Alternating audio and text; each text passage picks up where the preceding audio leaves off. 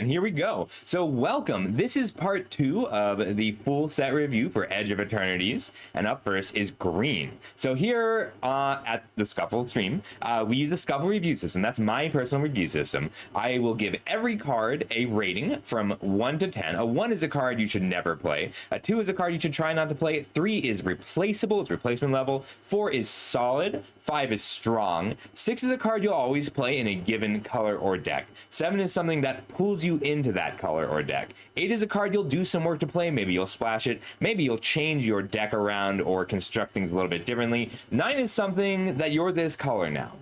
Whatever, it just changes everything. And a 10 is a card you will always play. They're very rare, usually artifacts. Not always, but often. In addition to the average final rating, I give everything a floor. That's the worst a card will usually be. A ceiling, that's the best a card will usually be. And then an amount of effort required to bridge that gap. So that's build around, synergies, sideboards. You'll have to put in work to bring cards from their floor to their ceiling. And a lot of cards, if a card has a very low ceiling, maybe it's not worth the effort. If a card has a very high ceiling but a low rating, then you might see what it takes to get it there. So in addition to all of the card ratings, I'll also give a quick overview of the color pairs and generally how to approach and think about the color at the beginning. So for green, first we have red-green landfall. Very generally, you need to find the payoffs first, the cards that care about landfall. So Tannock Memorial Ensign is the signpost uncommon for that. That's the best example of something that really rewards you for landfall. A few lands will ping, but if you're drawing a card every turn, you're usually going to win. You need your payoffs first, then landers. There's only one card that really does traditional ramping in green this time around. Mostly it's things that make landers, and those are the artifacts that you pay to sacrifice, go get a land. You want a lot of them because they're lands you can bank for after you have your Tannock. Like, they are going to do better for you than a rampant growth most of the time. They're functionally a rampant growth, but they get to sit and play for later until you have your payoffs. So payoffs first, then landers, then bombs. You can take your bomb cards in pretty much any color. As long as they're expensive 6, 7, 8 mana, landers will let you splash them. So splashing looks different in this format, especially with landers. Red-green landfall is very good at doing it. Even the aggressive versions of red-green landfall are good at splashing. And then blockers. This is landers. The mechanic, the tokens, will take time. You have to generate that time. And green has a lot of very good blockers. Red doesn't. Red has a lot of pretty good removal, but you'll have to go to green for your blockers, and you do need those to generate the time to go get your lands. Once you have that time, you'll start to snowball pretty quick. If you're ahead 3 lands and you're still generating landers, you're going to win the game. There's not a lot of ways to repeatedly make landers without a lot of effort, but they exist. So generally in red-green, you need fewer win conditions. The winning will happen when you have a big mana advantage, and you don't have to pick your win conditions really aggressively because you can play your blue 6/6/7 mana flyer in your red-green deck. And with black and with white cards. You do need a finisher, but you can find it a little bit later. And you can also approximate a finisher with enough landfall or by going more aggressive red, or even just by using the trample available in green. This is not correct. I'll have to revisit that for red. I don't know what happened. All right, up next. Green-white counters. So there's only a few payoffs for having counters on everything, but that's okay because being larger is a payoff in and of itself. You get to play normal magic, mid-range magic, attack, hit them hard, and you need your payoffs first. Then you need your removal. You have to take your removal a little bit higher in green-white. Not because it's not there, but because it's more specific. So green removal tends to require specific creatures in play. White removal tends to be situational, and your deck will change a lot with the kinds of cards in it across every color. But especially in green-white, your removal is going to be a lot more coded to the kind of deck you're trying to play. If you're trying to play with lots of creatures or play a very late game, your removal is going to look really different. If you're a deck that floods the board with 5 creatures, or a deck that eventually wins by grinding the game out, the removal you want will change. So you need your payoffs first, then your removal, then invasion. You need pretty Evasion's just incredibly powerful. There's so many of these cards like Halia that when they enter or attack, put a +1/+1 counter on target creature you control, and you have diminishing returns on just sizing a creature up, putting them all on your 6/6, 7/7, 8/8. But if you have lots of evasive creatures, they grow really well. And then the creatures that generate the counters. So both in green and in white, there's a pretty even divide. It's easy to see this is a creature that has a +1/+1 counter on it. So a 2-mana 1/1, when it comes into play, put a +1/+1 counter on it, is functionally the same as a 2-mana 2/2 in most situations. But there's enough of them that you can pick them up a little later. And when you're doing green-white, you just will take the 2/2 with a counter over the 2/2 without a counter. It's not hard. You'll see it happen. The counters, the creatures with the +1/+1 counters, are mostly incidental, and you want to value the keywords, like value the +1/+1 counter keywords, just not too much. Your size will just happen. The green creatures are already pretty large, and there's enough ways to distribute counters that you can make your creatures slightly larger than the opposing creatures fairly often. You also do kind of want combat tricks in this format. There's not very many combat tricks. So being able to protect one of your creatures that you've invested in for 1 mana is pretty valuable. And I think there's only one white combat trick at Common. There's only one. And I think this is the first time in a long time we've seen that happen. It's not a bad thing. You just have to value them a bit. It would be, I usually only do 4 of these, 4 different priorities because it's easier to hit for. But 5th priority is combat tricks. So up next, green-black graveyards. This is the least graveyard-centric version of green-black graveyards we've had. Most sets have some version of green-black graveyard, some way to use the graveyard. It's just so inherently tied into black's identity, and green and black together recycle. You turn... death is not an inherently bad thing. Death is a part of life, and the Golgari color pair reflects that really well. So you need, because of the lack of graveyard synergies available, there's only really one card that says have a big graveyard. There's no Hollow Marauder that costs 1 less for each creature card in your graveyard style effect. But so it changes kind of how graveyard synergies work. Rather than be something where you just need any random creature in your graveyard payoffs are more valuable as a card selection tool, which means that if you're going to get into the green-black graveyard deck, you need to find power first.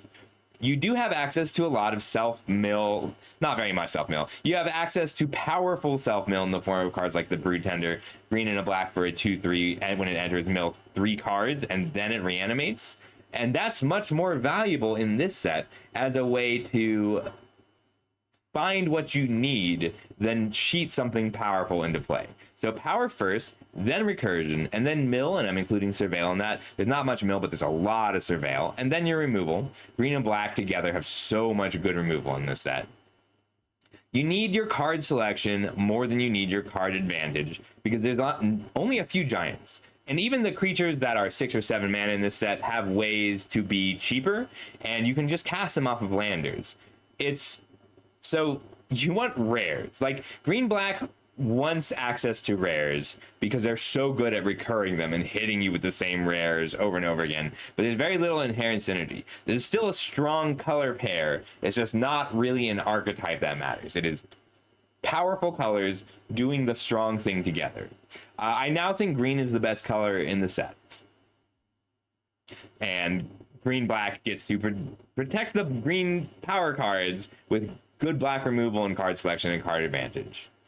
I do think this might be the best archetype in this set. I don't know if I want to count green-black as the best archetype in this set because it requires rares, but the rares available in green are so good. The rares available in black are pretty average, but if you're just doing powerful green creatures with good black removal, you'll win.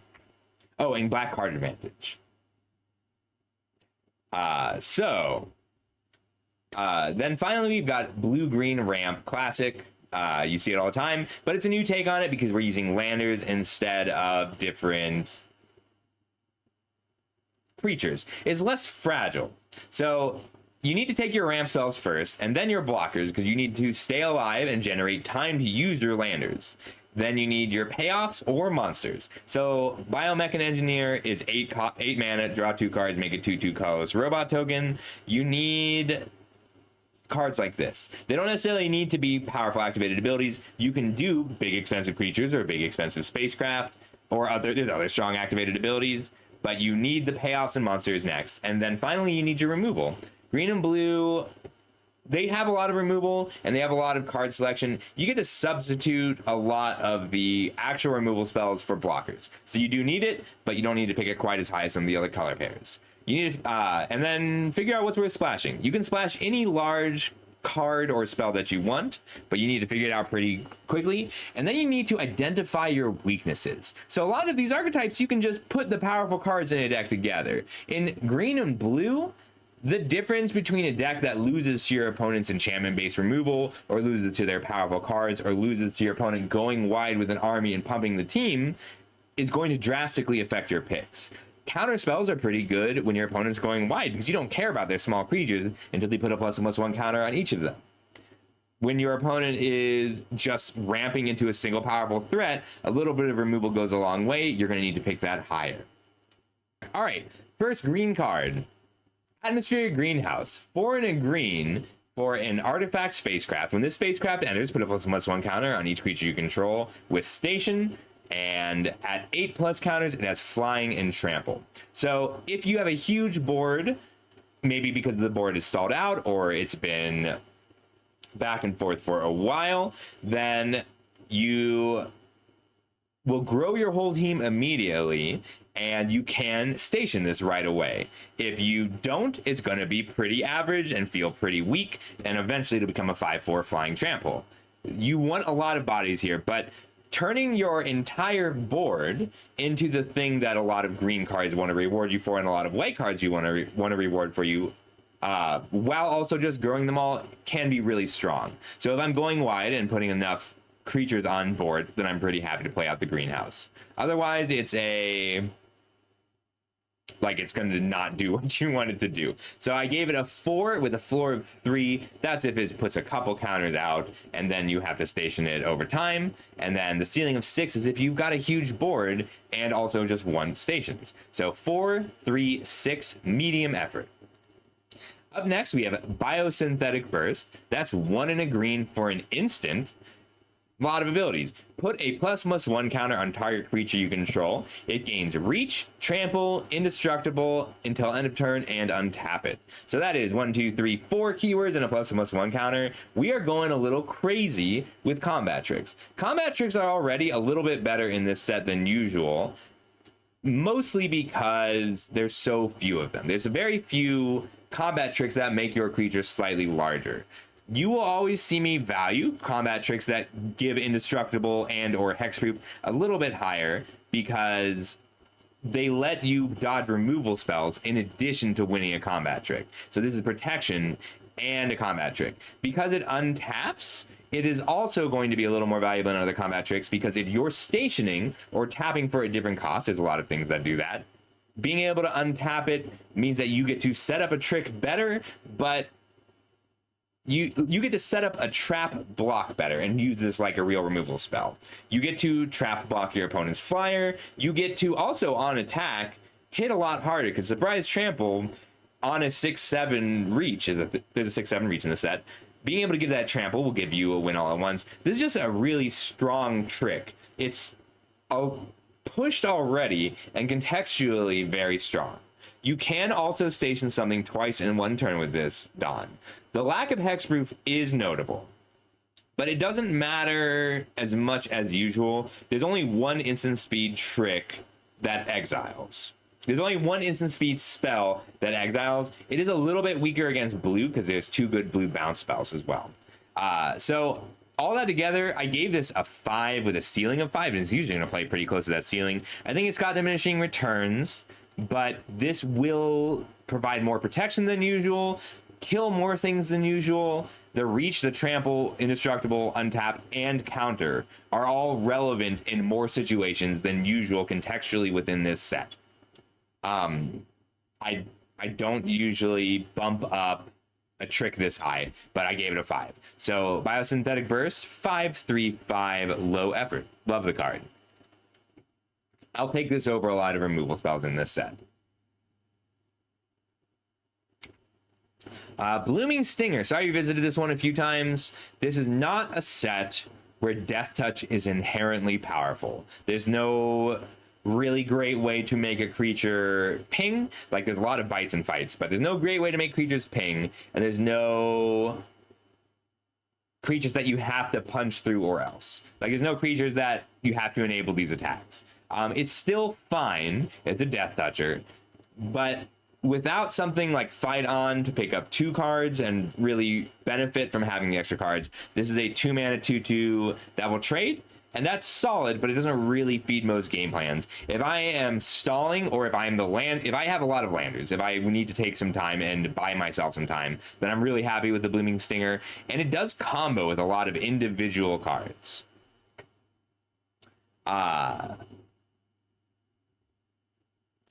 There's quite a few cards that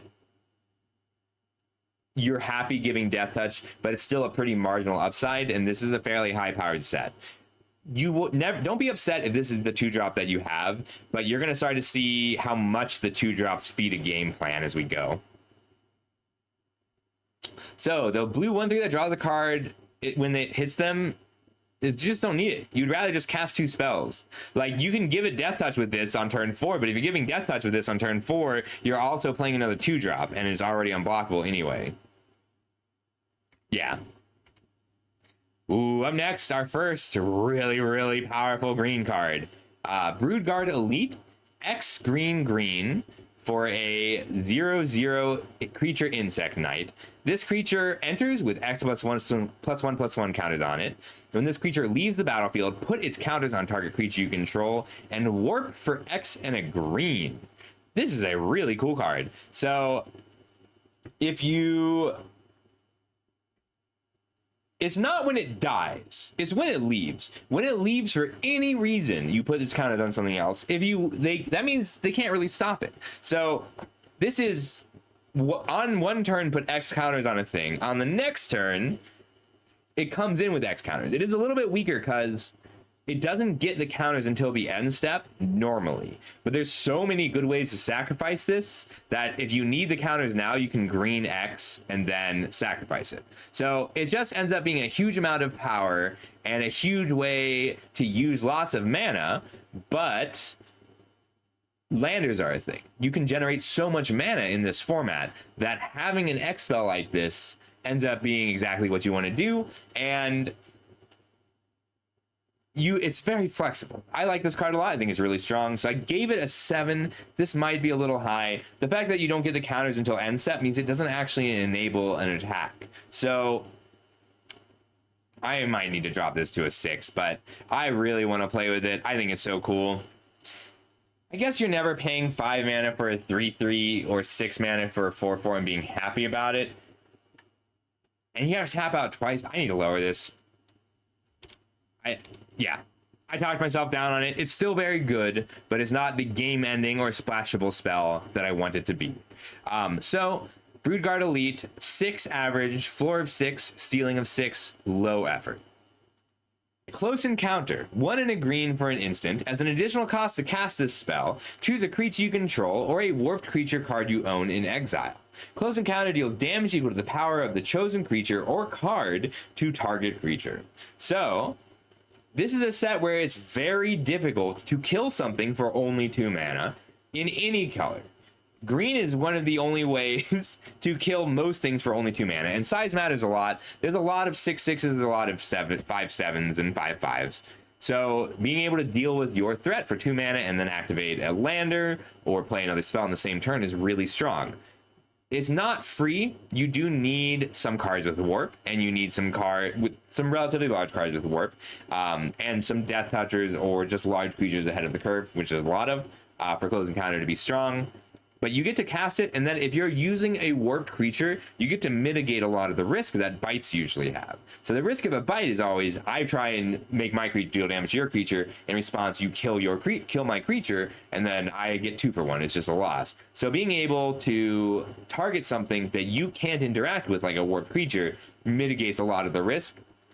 I do think you need the warped creatures to get the maximum value out of this, but it's a really strong removal spell in this set specifically. So I gave it a 6 average, floor of 4, ceiling of 6, low effort. Really cool card, and the removal in green is kind of stellar. Okay, diplomatic relations. So this one we have to talk about a little bit. It has already been eroded. I'm sad about it. I think they should have left the misprint. So diplomatic relations, 2 and a green for an instant. Target creature gets +1/+0 and gains vigilance until end of turn. It deals damage equal to its power to target creature an opponent controls. It has been eroded to target creature you control gets +1/+0 and gains vigilance until end of turn. And the way it was written before is you can make a creature have relations with itself. You can make it punch itself or a different creature they control. Really sad about it. I think that it was clearly a mistake from the beginning, but they should have left it. I think they should have left the mistake in and accepted that green has a murder now. Like, I think they just didn't want creatures having relations with themselves. I get it, but I'm sad about it. So this is a powerful removal spell in green anyway. It's +1/+0 and bite a creature at instant speed is strong. I don't really know why they did both of these in the same set. But being the +1/+0 means that it kills a few more things, and being instant speed is great, and the vigilance is relevant. Vigilance is good in this format. Like, I have talked about it a few times, including yesterday, but being able to attack and then station a vehicle or station a spacecraft, or attack and then tap for mana, there's a lot of tap abilities. You can even, in blue-green gets to steal a creature, untap it with blue, and then give it vigilance a few times, which I'm pretty excited about. It's not free, but it's easier than you'd think. So I gave diplomatic relations a 5 average with a floor of 3 and a ceiling of 5, low effort. All right, Drix Fatemaker. This is a really cool card. So 3 and a green for a 3/2 Drix Wizard. When this creature enters, put a +1/+1 counter on target creature. Each creature you control with a +1/+1 counter on it has trample, and it has warped for 1 and a green.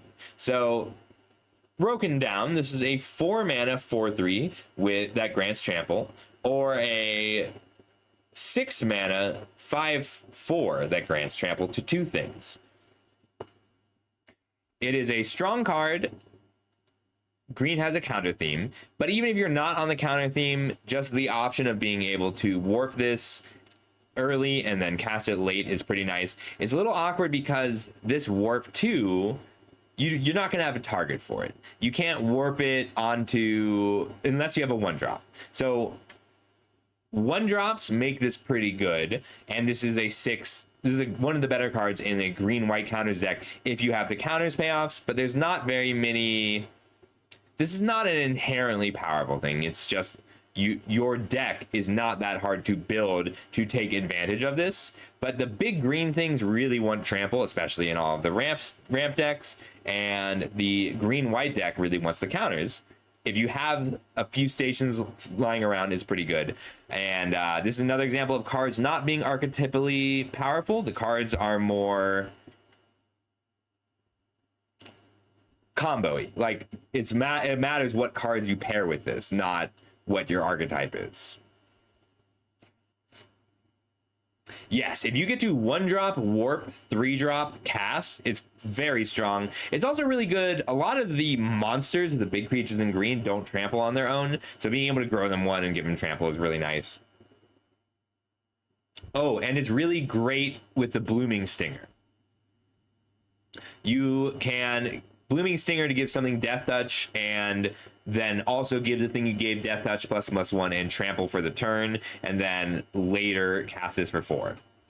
Edge Rover, green, just green, For a 2/2 with reach, when this creature dies, each player creates a land or token. The Edge Rover is difficult to play with. So 1 mana 2/2 reach, very powerful, and combos with lots of little cards, things that you're happy to see. You need to make sure that you can use a lander better than your opponent.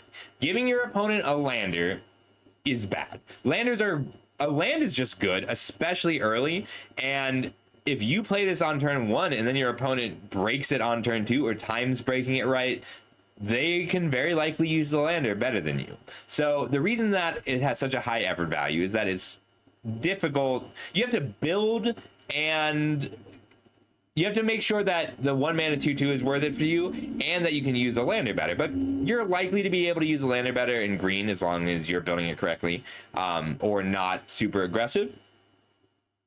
Love this card. It's really cool and going to be fun to play with. In the right deck, it is a 6, and you have to consciously construct that deck.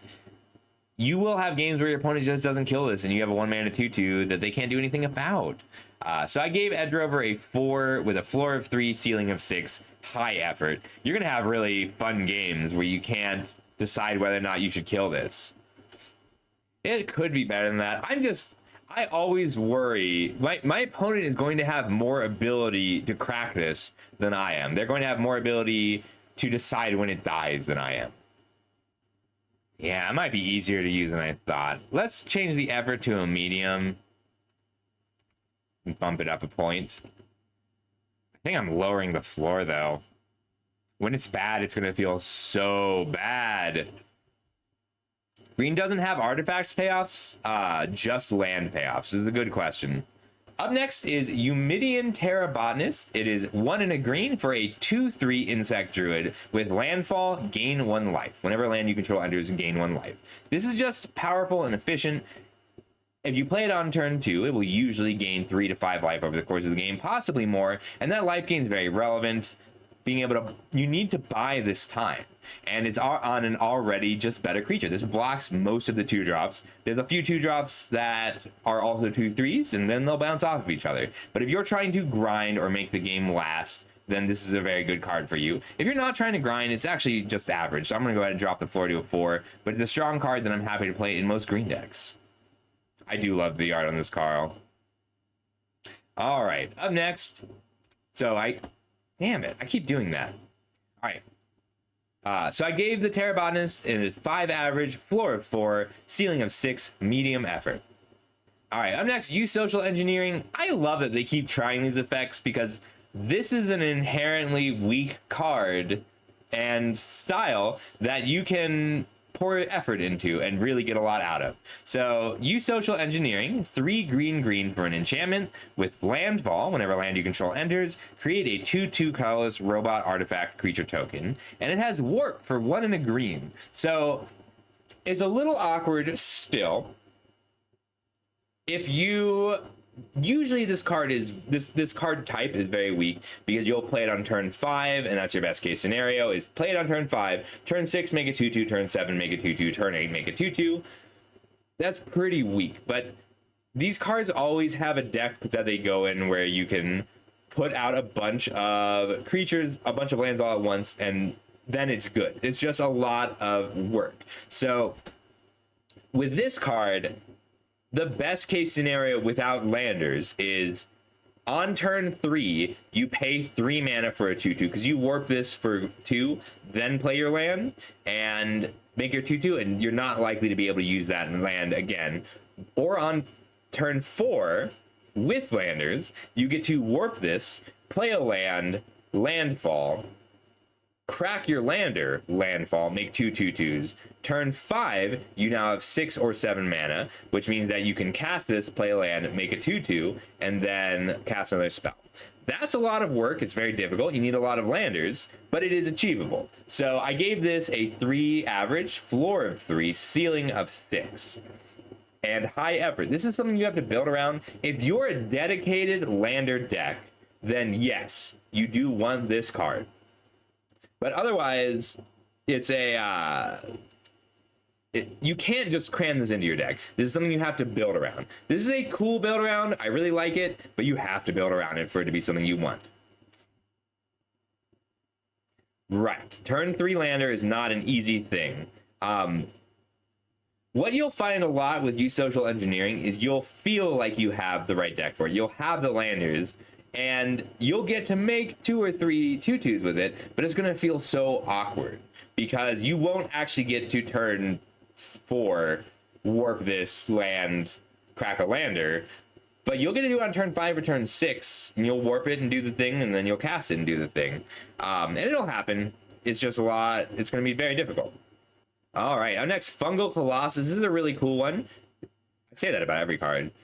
6 and a green for a 5/5 creature fungus beast. This creature costs X less to cast, where X is the number of differently named lands you control. So just to break this down, if you are a 2-color deck, this is a 5 mana 5/5. If you somehow have 6 forests in play, it's going to be 6 mana. That's almost never going to happen. So the floor of this is a 5 mana 5/5. However, there is only one non-basic land below rare in the whole set, and it's terrible.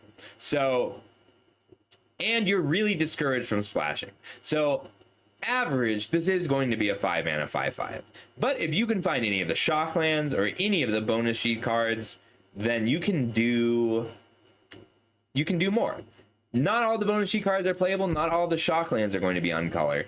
But I'll take shock lands that are just green and play them in my green deck because of the number of cards that say X differently named lands you control. So it's not a free thing. There are a lot of rare non-basics, but they're all rares. I will play 1 copy of the common non-basic land. That's all. I don't ever want the second copy. It's just you will lose a game for having 2 copies of the non-basic land. But if I'm splashing 1 color and have some rare lands, this is a 6. And that's going to happen fairly often in the Landers deck.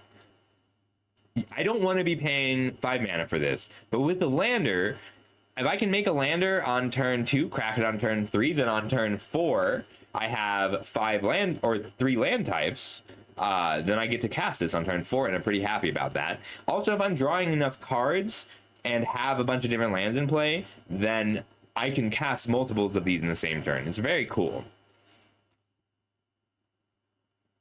I need to drop this. It's just harder. We're dropping this to a 4 and making the effort high.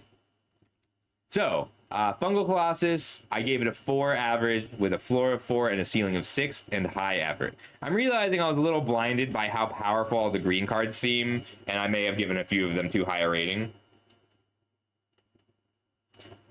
Splashing is discouraged. Yes. Just on the nature of splashing in green, you should never splash something unless it costs 5 mana in this set. Like, landers are the only reliable fixing in the set. There's a few unreliable sources of fixing, but you can reliably fix with landers, but don't assume you can crack a lander before turn 4. If you build your deck around it, you might be able to crack a lander before turn 4, but landers are strong because they build up and you can crack them and crack them and crack them, and you have to find the time to do that. So yes, you have unlimited access to other colors after turn 5. All right, up next we have Galactic Wayfarer. It's just good. 2 and a green for a 3/3 human scout. When this creature enters, create a lander token. Simple, powerful. Landers are just worth a card. So you can look at it, it's like 3 mana 3/3 investigate, but it ramps. So the floor of this is if you're not a Landers deck, this is just a good enough card if you play this and make a Lander. You are not guaranteed time to crack that Lander, so it is just a 4. But the ceiling of 6 is if you are a dedicated Landers deck, if you care about ramping or fixing. This is one of green's better 3-drops, love to see it. And there's a lot of really good 3-drops. Nodon, there's a lot of fixing, but it's expensive in terms of the time it takes. Gene Pollinator, green for a 1/2 artifact creature robot insect with tap an untapped permanent you control, add 1 mana of any color. The untapped permanent you control is not free, and this does ramp you, but you'll find that most often what you're tapping to fix your mana is a lander. So if you have a deck full of 1-drops, then this will let you play an initial 1-drop. If you need fixing, this will generate the fixing. And if you're good enough at making landers early, but not good at cracking them, then the Gene Pollinator will do good work for you. There are enough things that use that value 1-drops that I'm happy to just play this as a creature, and it's a good little creature. But it's not that strong. It's in other sets this would have been very busted, but rectangles aren't free. You don't have a lot of things just hanging out in play, at least until later in the game. And then you have a lot of things hanging out in play, and this will make mana for free every time, but you have to want to be a deck that uses that mana. So I gave the Pollinator medium effort and a pretty wide range of scores because it matters how good you are at making those other permanents and what you're casting after it. Overall, I gave Gene Pollinator a 4 with a floor of 3, ceiling of 6, medium effort.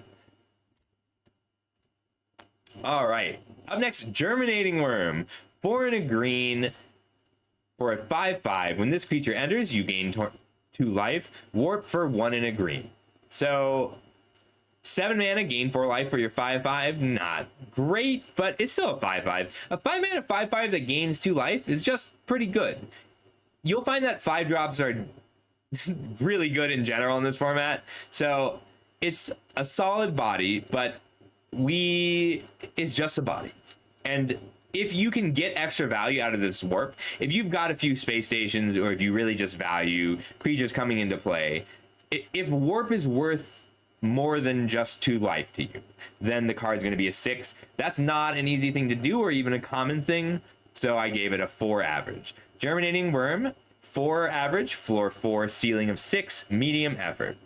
This is a really good station captain.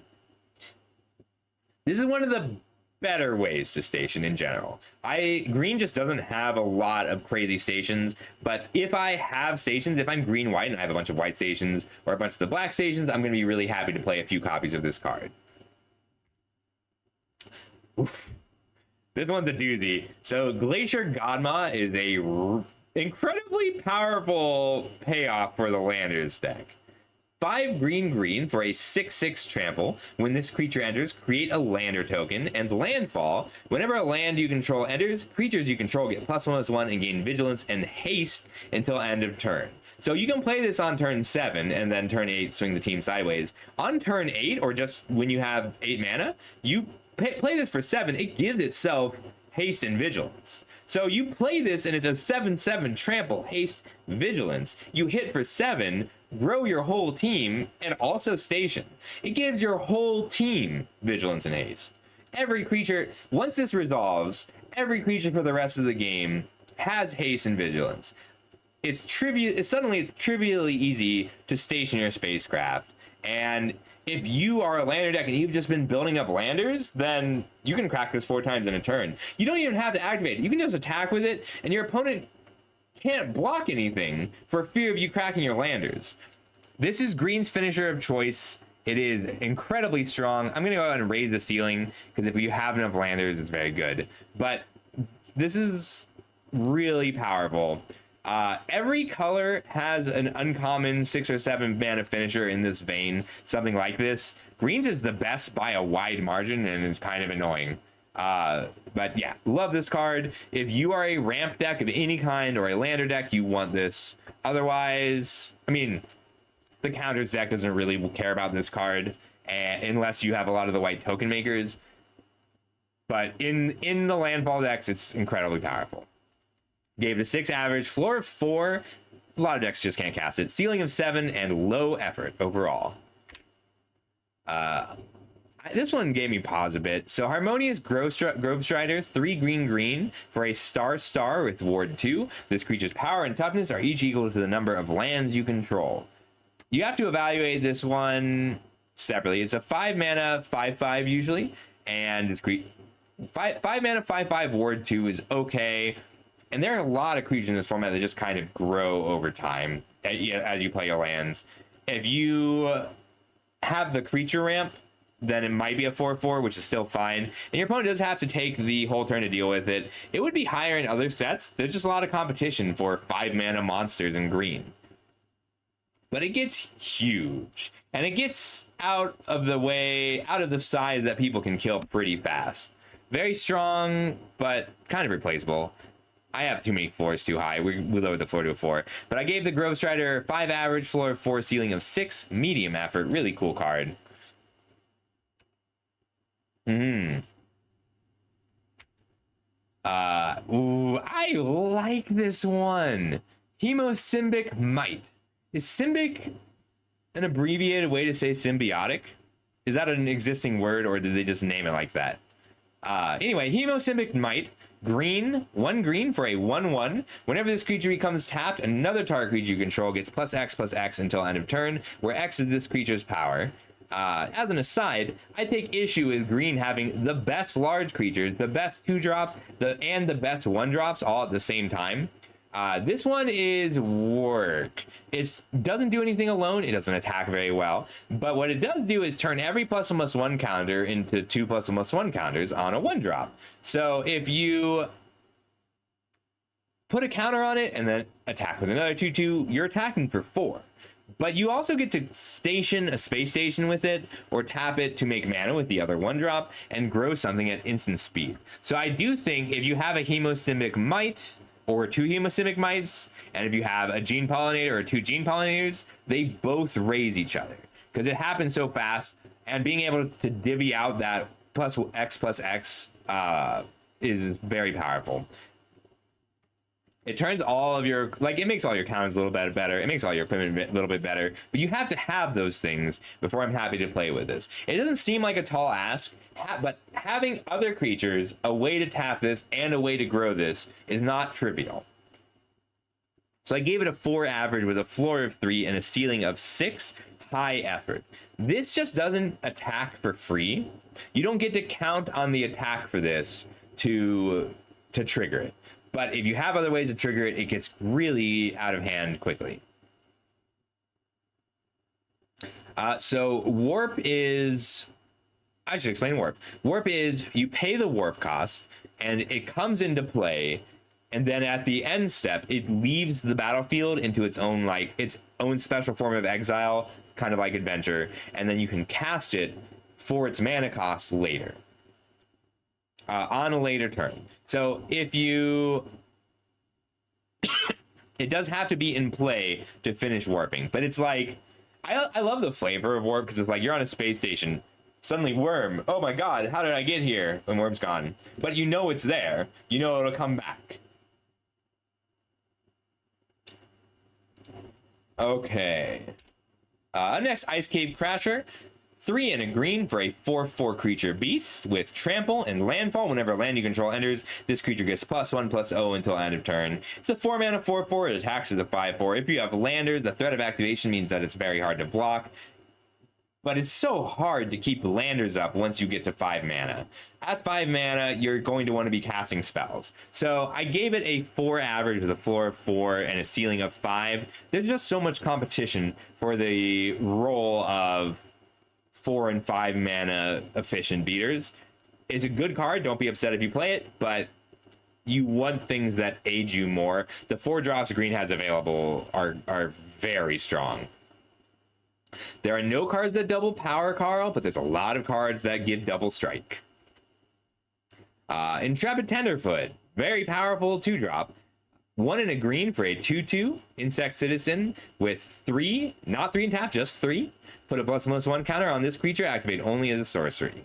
This is a good 2-drop early that can get out of hand quickly, and I need to lower this. You're just not actually going to have time to activate this very often. If the board stalls out enough for you to start growing this, then you're probably in good shape anyway, and you have a lot to do with that mana. But 1 extra power makes a big difference whether you're stationing or attacking. I'm usually going to want to play this as a 2 mana 2/2 that I activate once. So I gave it a 4 average with a floor of 3, ceiling of 5, low effort. There's very good 2-drops in green. The reason that I like it so much is that if your opponent plays a 2 mana 2/3 or a 3 mana 2/3, which there's a lot of 2/3s in the set, being able to activate this once and then attack through those for the rest of the turns or block them reliably is what green needs to do. It's what green wants to be doing. And it is a nice mana sink when you have a lot of mana, which can happen with all of the landers. Ooh, up next, Larval Scoutlander. out of all of the vehicles, out of all of the spacecraft, this is the one that returns its value up front. So 2 and a green for a artifact spacecraft. When this spacecraft enters, you may sacrifice a land or lander. If you do, search your library for up to 2 basic land cards, put them onto the battlefield tapped, then shuffle. So most of the time, you can think of this as 3 mana, get a land. If you sack a lander, you're just doubling what that lander gives you. But getting 2 landfall triggers at the same time is relevant for enough cards that I'm almost always happy to play this in green, and I'm happy to pick it high in green. There's a lot of things that reward you for just having a spacecraft in play, but most of the spacecraft come down so late that it doesn't matter. Being able to only pay 3 mana for your spacecraft means that you will actually be able to crew it on subsequent turns. You can crew it later. It's much easier to find time to station a spacecraft earlier in the game in this format than it is later in the game. Later in the game, it's going to make combat and clogged boards much more difficult. But I like this lander. I'll take it pretty high, and especially because the one deck that does want to splash kind of early is spacecraft decks.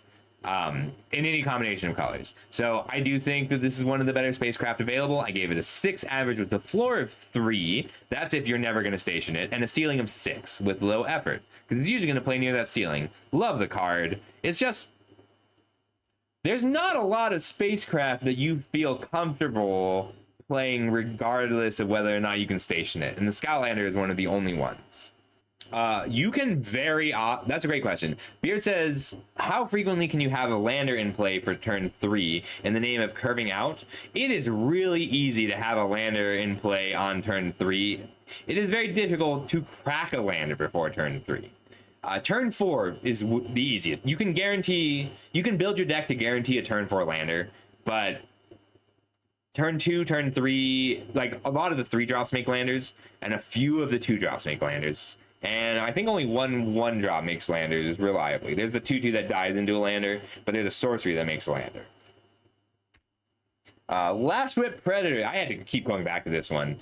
4 green for a 5/7 plant beast with reach, and this spell costs 2 less to cast if your opponent controls 3 or more creatures. Let's talk about 6 drops. So in green's creatures tend to be better than other colors. That's what green does. They get to be bigger, not better, just bigger. So there's a fundamental problem that we've run into in past limited sets when your opponent has a lot of removal, where you'll tap out for a 6 drop or a 5 drop or even a 4 drop, and then your opponent just kills it and also furthers their board state. And that's why most of the 6 drops we see will end up having pretty low ratings if they don't generate value when they come into play. But when your opponent is snowballing out of control, when they have the perfect curve out, that's when the Lash Whip Predator is going to save you and keep you alive. And when they're not doing that, then it's okay paying 6 mana for a 5/7. So this is a card that lets you win a game you would otherwise be losing. Because if it does the normal green thing of just being a large creature you pay 6 mana for on turn 6 because the game is relatively even, it's going to feel really good. And when your opponent has curved out and is just beating you down, then you get to play this on turn 4, and they can't attack through it. They have to have a removal spell. So if their deck is perfect and they really do just turn 5 kill your turn 4 play, then you'll probably lose anyway. But this is one of the few things that can turn around a game you're otherwise losing. So I gave it a 5 average with a floor of 4 and a ceiling of 6, medium effort. That ceiling of 6, you really won this in a deck when you're going to struggle when your opponent curves out. If you don't have great 2 mana or 1 mana plays, or even great 3 mana plays, then the Lash Whip Predator is what you want.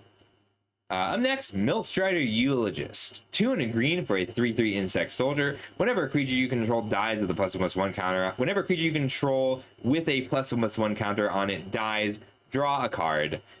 It's really good in this format. There's just so many incidental counters lying around. You do need to get a counter onto it.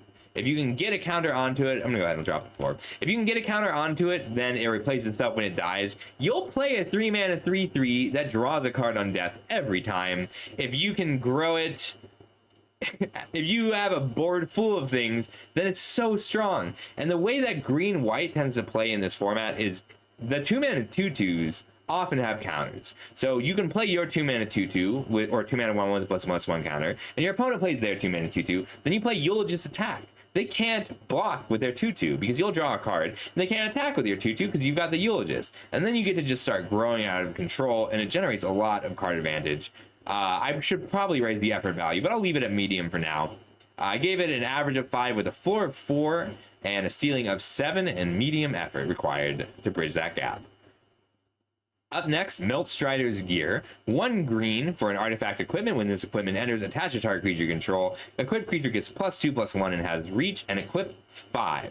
Equip 5 is prohibitively difficult. Green doesn't care enough about having artifacts, and green already has so many good things with reach, I wouldn't really bother most of the time.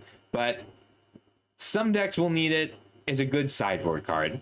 Overall, I'm not going to include it main deck, but it's good against enough blue decks that I'll put it in the sideboard, and the lander decks can afford to pay this cost later.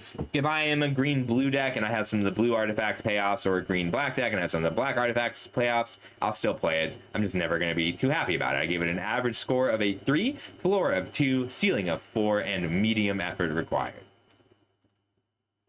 Up next, Melt Strider's Resolve. 1 green for an enchantment aura, enchant creature you control. When this creature enters, enchanted creature fights up to 1 target creature an opponent controls. Enchanted creature gets +0/+2 and can't be blocked by more than 1 creature. It's not 1 and a green, it's just a green mana.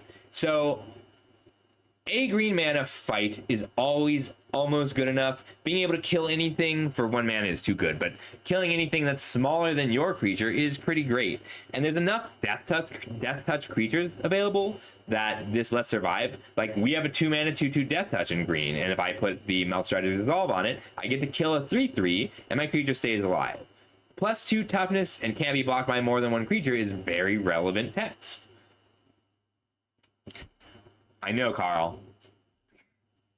Carl says, I don't know why green has so much good removal, but okay. Like, usually green's removal is very weak to make up for the fact that its creatures are so strong, but it has fantastic removal, fantastic creatures, great card advantage, one of the only powerful pieces of synergy. Green's very good. I'm a little upset by how much better it seems than some of these other colors.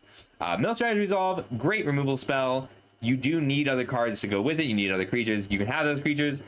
You have to limit the total number of fights and bites you play in this format, but Melt Strider's Resolve is a great removal spell. I gave it a 5 average with a floor of 4 and a ceiling of 5. Floor is technically lower, but I'm assuming you have access to creatures if you're playing green.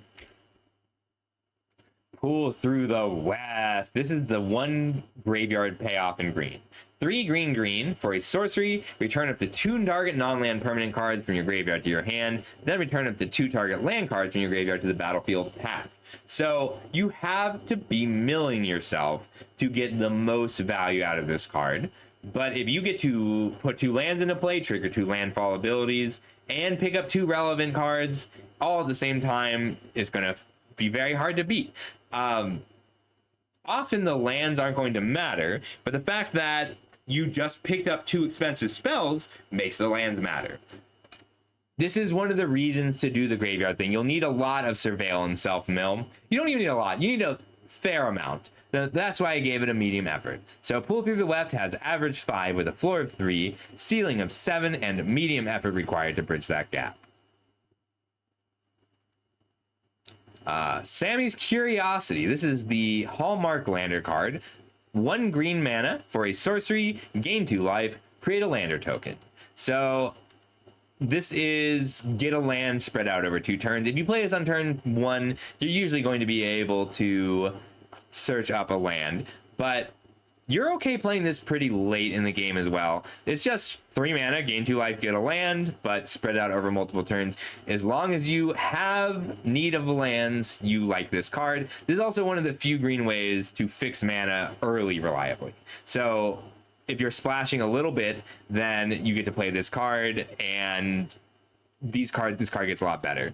However, if you time to sack the lander is not free, so you, by running a few copies of this card, if you're playing 3 copies of Sammy's Curiosity, you are ramping, but you are giving up your 2-drop and or your 3-drop to play the Curiosity. So make sure your deck wants to do that, because the 3-drops are really just not as strong as the 4-drops in this format. The 4-drops are all a little absurd, so skipping to 4 is okay, but make sure your deck is built to accommodate that. So I think this is my highest rated green card, and that's a pretty high bar. So Siege Ship Agrarian, 3 and a green for a 3/3. Whenever this creature becomes tapped, create a lander token. Landfall. Whenever a land you control enters, put a +1/+1 counter on this creature. So this passively grows massive and generates value on turn, like, it immediately becomes a 4/4, which is a 4 mana at 4, and this is the only repeatable way to create landers outside of rares. So you do want stations. You need to be able to tap this reliably. There are a lot of ways to get the lander the turn this comes down, which means it's very likely to attack as a 5/5 the turn after it comes in. Just an incredibly powerful card. I gave it a it's lower effort. I need to lower the effort on this. That's just a typo.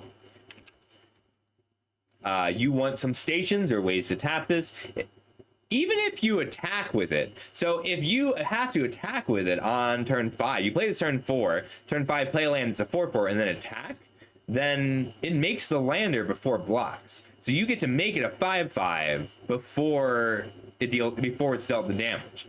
And you don't have to. Just the threat of activation alone makes it tough to block. If you have no other stations or landers, it's still a 6, because it attacks as a 5/5. They have to deal with it right away.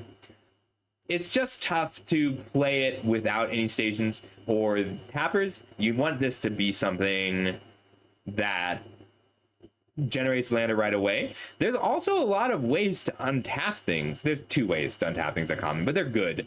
There's a blue 3/2 we talked about yesterday. When it becomes tapped, you untap another target permanent. This it's not limited to making 1 lander a turn, and it's not limited to cracking 1 lander a turn. If this goes unchecked, it will very quickly become large and take all the lands out of your decks. Very powerful.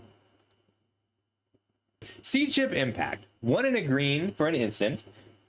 Destroy target artifact or enchantment. If its mana value is 2 or less, create a lander. Disenchant is good enough in this set. There's 60 artifacts, and there's only like 8 enchantments, but there's 4 different aura-based removal spells and 2 different rings, things that exile until they leave play. So the best way to deal with most of Green's creatures, because Green's creatures are all either out of range of a lot of the burn spells or quickly become out of range of the burn spells. So the best way to deal with them is going to be the blue cards that lock a creature down or gain control of them, or the white cards that exile something until they leave play. And green just has, at 2 mana, the ability to undo that and generate value. And generate a lander, which is something that green always wants to do. So if you hit your opponent's lander with this on turn 2, totally fine. Make a lander, gain some value. If you hit your opponent's removal spell, then it's just doing their job anyway. This is as good as or better than many of the removal spells available in this format. And there's a lot of good removal spells in this format. I gave Siege Ship Impact a 5 average with a floor of 4, ceiling of 6, and just medium effort. It just is about how well you use the lander and how much other removal spells you have. I should probably lower that effort, but it's okay for now. Up next, Shattered Wings. 2 and a green for a sorcery with destroy target artifact, enchantment, or creature with flying. Surveil 1. This is solid removal. It's situational. Every deck has either artifacts, enchantments, or flyers, so every deck will have a target.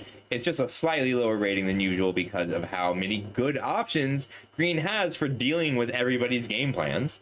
But I'll still play this in green. Like, I'd rather have Siege Ship Impact, but I'll happily play a Shattered Wings. It's sorcery speed and it's still strong.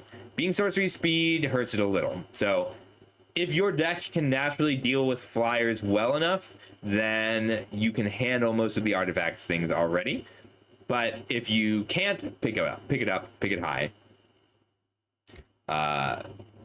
I gave it a 4 average with a floor of 3, ceiling of 5, and medium effort.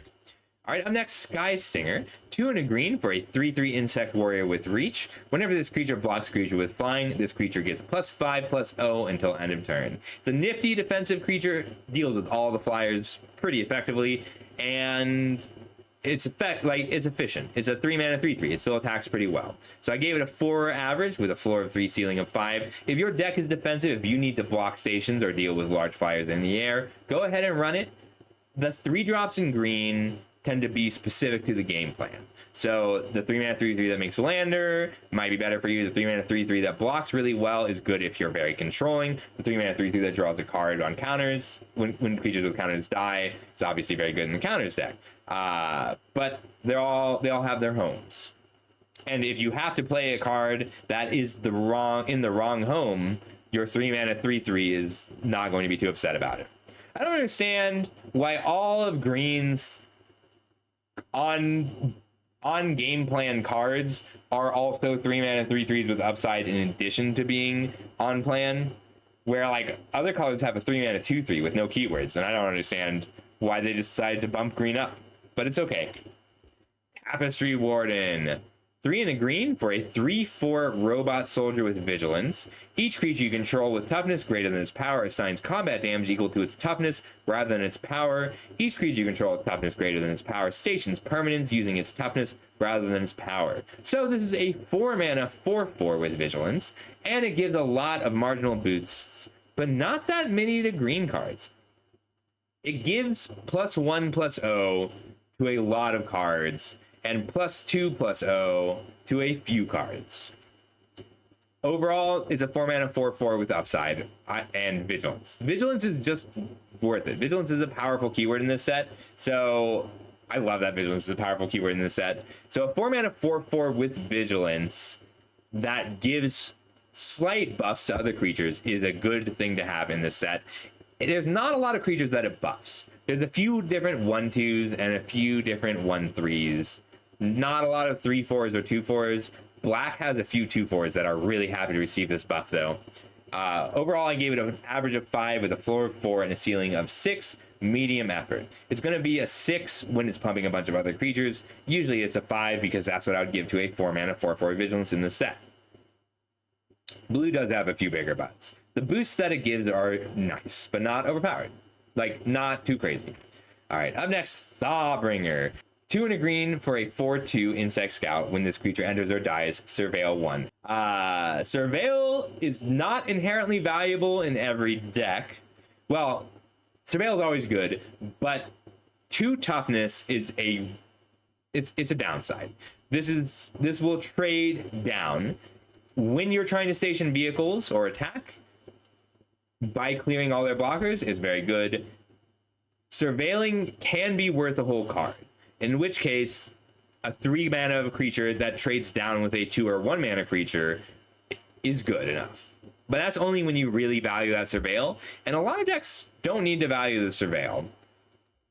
So I gave it a 4 average with a floor of 3, ceiling of 5. In the graveyard deck, when I really want that surveil, or I need a creature that will trade up or bite really well, I want the Thawbringer. But often I'm just not that excited paying 3 mana for a creature that trades down so often. This is great for stationing vehicles. If you want to station your spacecraft, it's very good.